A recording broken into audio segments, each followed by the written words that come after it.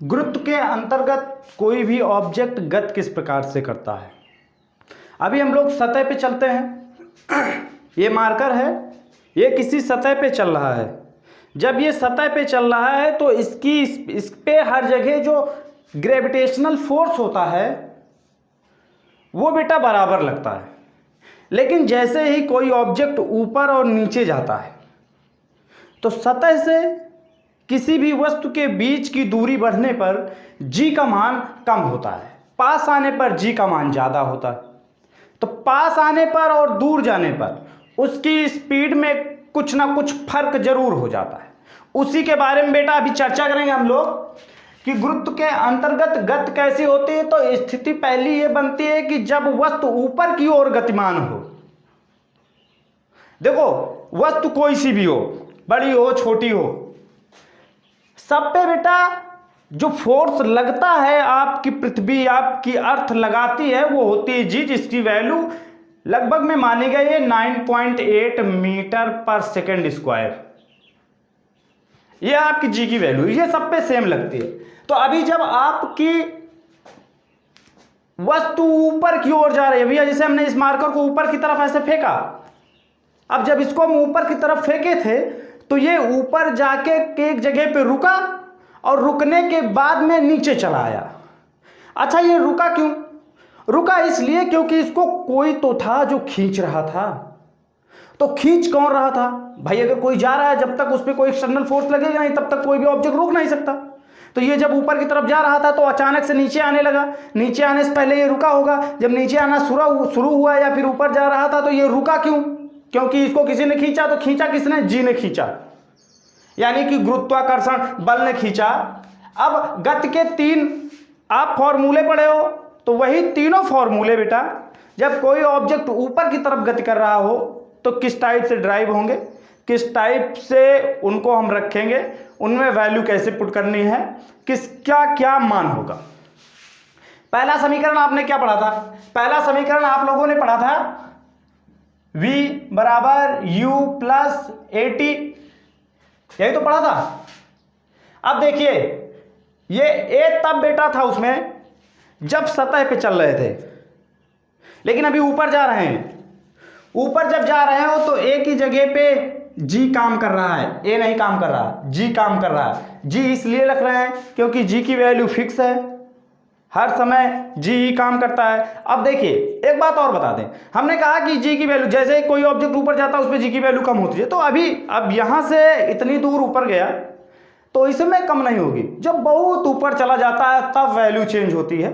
तो इस फॉर्मूले का यूज करके हम जो भी मान निकालने वाले हैं वो बहुत ज़्यादा ऊपर जाने वाले नहीं, कहीं बॉल का निकालेंगे, किसी कार का निकालेंगे, किसी जंप करने वाले खिलाड़ी का निकालेंगे, या कुछ हम फेंक रहे हैं उसका निकालेंगे, तो उस पर जी की वैल्यू सेम ही लगने वाली है अर्थ के कुछ रेंज तक। मतलब इसकी जहाँ तक रेंज है वहाँ तक 9.8 ही लगनी है। तो यहाँ पर हाँ बेटा बात ये कर लेता है कि जहाँ पर ए था वहाँ पर सिर्फ रखना गया है, जी रखना है। तो क्या हो जाएगा फॉर्मूला आपका, क्या होने वाला है? GT। ठीक, पहला समीकरण। दूसरे वाले को ए को सिर्फ देखो, जब भी कोई ऑब्जेक्ट ऊपर नीचे गति करे तो ए को रिप्लेस कर देना है जी से। और एक खास बात और, अब जब ये ऊपर की तरफ जा रही थी तो ऊपर की तरफ जब जा रही थी तो जी क्या कर रहा था? जी नीचे की तरफ लग रहा था, मतलब जी खींच रहा था, मतलब रुकावट पैदा कर रहा था। इसलिए यहां पर हो जाएगा साइन माइनस का। तो माइनस का साइन क्यों होगा इसमें?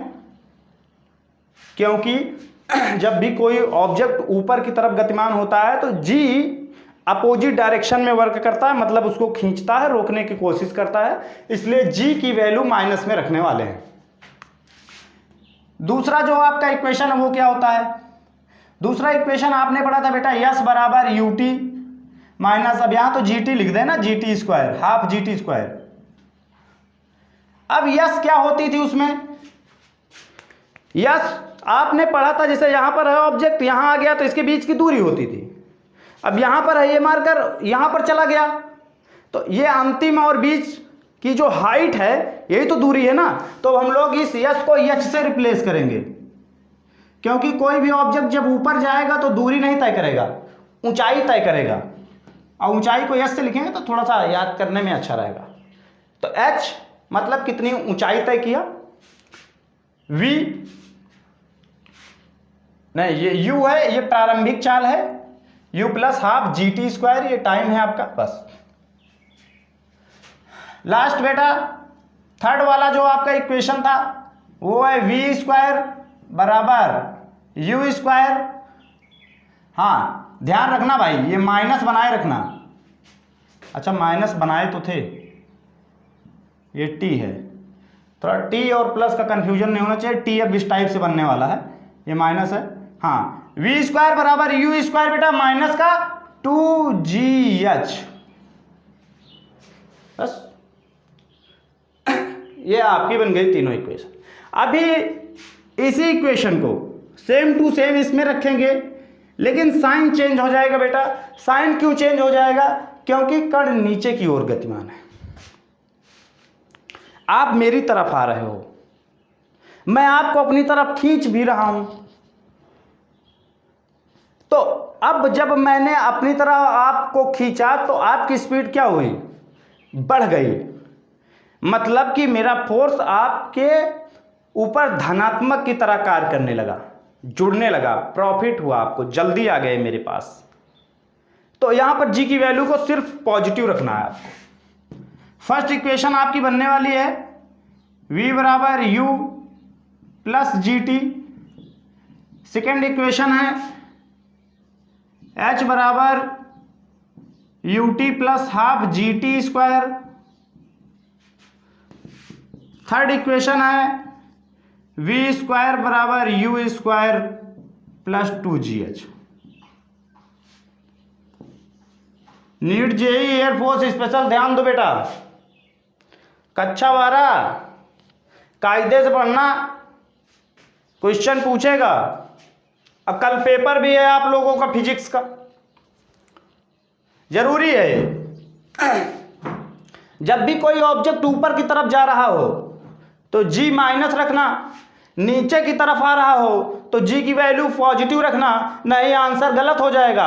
अगर ऑप्शन वाला रहा आंसर तो इसका भी मिलेगा, इसका भी मिलेगा, अब बाकी एक ए वाला तो मिलेगा ही। अगर इसकी वैल्यू ना दे कुछ तो 9.8 मीटर पर सेकेंड स्क्वायर रखना, वैसे जनरली 10 मीटर पर सेकेंड स्क्वायर रखी जाती है। तो क्या वैल्यू रखना है जी की, वो क्वेश्चन खुद ब खुद दे देता है। इससे उठने वाले आइए बेटा एक आध प्रश्न भी कर लिया जाए। प्रश्न जब तक नहीं करेंगे मजा नहीं आएगा। प्रश्न बेटा कि एक गुब्बारा है जो 12 मीटर पर सेकंड से ऊपर जा रहा है, 12 मीटर पर सेकंड के वेग से ऊपर की तरफ जा रहा है, किसी समय पृथ्वी से 65 मीटर ऊंचाई पर है। मतलब कि एच दे दिया उसने आपको, क्या दे दिया? एच आपको पता है, एच दे दिया कितना? 65 मीटर ऊंचाई पर है। ठीक उसी समय वहां से एक पैकेट छोड़ा जाता है। अच्छा जिस समय पैकेट छोड़ा गया, गुब्बारा ऊपर की तरफ जा रहा था कितने की स्पीड से? 12 मीटर पर सेकंड की स्पीड से। अगर मैं अभी ऊपर की तरफ जा रहा हूं 12 मीटर पर सेकंड की स्पीड से, और वहां से मैं इस मार्कर को ऐसे छोड़ दूं तो ये हमसे अलग होगा कितनी की स्पीड से? 12 मीटर पर सेकंड की स्पीड से। भाई ये तो अभी उतनी समय जैसे ही छोड़ा हमने, वैसे जैसे ही हमने इसको छोड़ा वैसे मैं इससे किस स्पीड से अलग होने लगा? 12 मीटर पर सेकंड की स्पीड से। अब ये हमसे क्या? अपोजिट डायरेक्शन में जाने लगा। ये हमसे किस डायरेक्शन में था? अपोजिट डायरेक्शन में जाने लगा 12 मीटर पर सेकंड। तो इसके लिए जो u होगा वो हो जाएगा माइनस का 12 मीटर पर सेकंड स्क्वायर। कह रहा है पैकेट को पृथ्वी तक पहुंचने में लगा समय क्या होगा? मतलब कि t ज्ञात करना है। अब आपको इसमें दिया क्या क्या गया? g दिया गया, h दिया गया, u दिया गया। अब समस्या ये नहीं है कि इसको लगाएं कैसे, समस्या ये है कि आपको तीनों समीकरण पता होना चाहिए, तभी तो ये जानोगे कि कौन से वाली समीकरण में इसको लगाएंगे। अब वही समीकरण रखेंगे भैया जिसमें सिर्फ और सिर्फ टी हो, जी हो, एच हो, यू हो। तीन हमको पता है, चौथा वाला निकाल लेंगे। किसी भी समीकरण में जितने भी वेरिएबल्स हों उसमें अगर एक छोड़कर बाकी सब का मान पता है तो निकल आता है। आइए देखते हैं। आपको बेटा बताएं, एक फॉर्मूला हम लोगों ने पढ़ा था, H बराबर UT plus half GT square, plus यहां पर इसलिए रख रहे हैं हम क्योंकि G देखो वो जब पैकेट छोड़े तो पैकेट भी आ रहा है नीचे और नीचे की तरफ, और G भी लग रहा है नीचे की तरफ, दोनों डायरेक्शन थे सेम थी, इसीलिए यहां पर हमने G की वैल्यू रख दी प्लस में, U रख दिए माइनस में इसलिए लिए क्योंकि जितनी समय वो छूटा तो दोनों की डायरेक्शन अपोजिट थी। अब रखो H की वैल्यू रख दिया भैया 65, यूनिट बाद में लगाएंगे, सॉरी H की वैल्यू 65, U की वैल्यू माइनस का 12, T पता नहीं है, हाफ G की वैल्यू दे रखा 10, T स्क्वायर, इसको काट दिया 5, कितना हुआ, ये इधर आएगा माइनस का क्या हो जाए, देखो 65 तो बचा ही है आपका, ये माइनस का 12T आ गया, इधर हो गया प्लस का 12T, और ये भाई साहब किसमें थे, चलिए एक काम कर लेते हैं, इन्हीं को उठा के ले चलते हैं उधर या फिर इनको इधर ही ले आने दो, ये इधर कितना है 5T स्क्वायर है, ये आ गया इधर का माइनस का 5T स्क्वायर बराबर 0। अब इधर का माइनस रहता मज़ा नहीं आता, इसलिए एक काम कर लेते हैं, माइनस से पूरे में गुणा कर देते हैं तो ये प्लस हो जाएगा, ये माइनस हो जाएगा, ये भी माइनस हो जाएगा, तो एक्चुअली में ये बनने वाला क्या है, ये कुछ इस टाइप से बन जाएगा 5T square minus 12T minus 65 बराबर 0। अब ये तो द्विघात समीकरण बन गया, तो कुछ बच्चों को द्विघात समीकरण हल करना नहीं आता, तो आइए बताते बेटा, यहाँ पर जो T स्क्वायर के साथ में नंबर होता है इसका इसमें मल्टीप्लाई होता है, सबसे पहले मल्टीप्लाई करेंगे, मल्टीप्लाई करोगे तो देखो क्या बनने वाला है, 65 गुणे 5, 5 50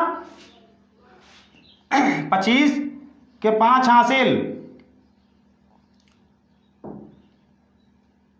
5 50 25 2 5 30 2 32 325, मल्टीप्लाई करने पर 325 आना चाहिए, प्लस माइनस करने पर 12 आना चाहिए। चलिए लगाइए करिए, किससे करोगे फटाफट करो कमेंट में बेटा आंसर कमेंट में कि इसका जो फैक्टर बनाने वाले हो आप लोग, मल्टीप्लाई करने पर 325 आना चाहिए, प्लस माइनस करने पर 12 आना चाहिए, फटाफट कमेंट करो।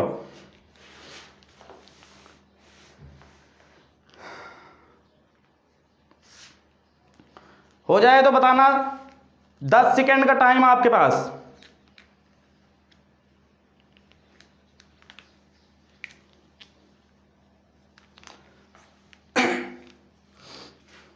चलिए समय समाप्त हुआ, आइए अब हम करते हैं।